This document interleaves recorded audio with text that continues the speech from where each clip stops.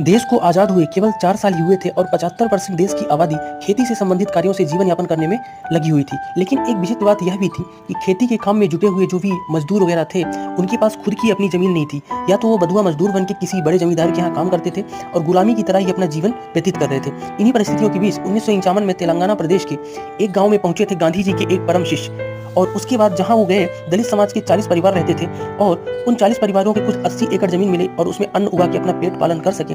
इसके लिए इन मांगों को लेके गांधी जी की वो शिष्य एक निश्चलतापूर्वक वहाँ के सबसे धनी जमींदारों के पास पहुँचे और वहाँ पे उन्होंने सभा लगाई और इन बातों को वहाँ पे रखा कि गरीबों को 80 एकड़ ज़मीन मिल सके। प्रारंभ में सभी ने नानुकुर की, कौन अपनी ज़मीन देगा, लेकिन बाद में एक व्यक्ति जिनका नाम था श्री वी रामचंद्र रेड्डी इतने प्रभावित हुए, बीच सभा में खड़े हो गए और खड़े होकर उन्होंने बोला कि मैं इन परिवारों को 100 एकड़ ज़मीन दान में दूंगा।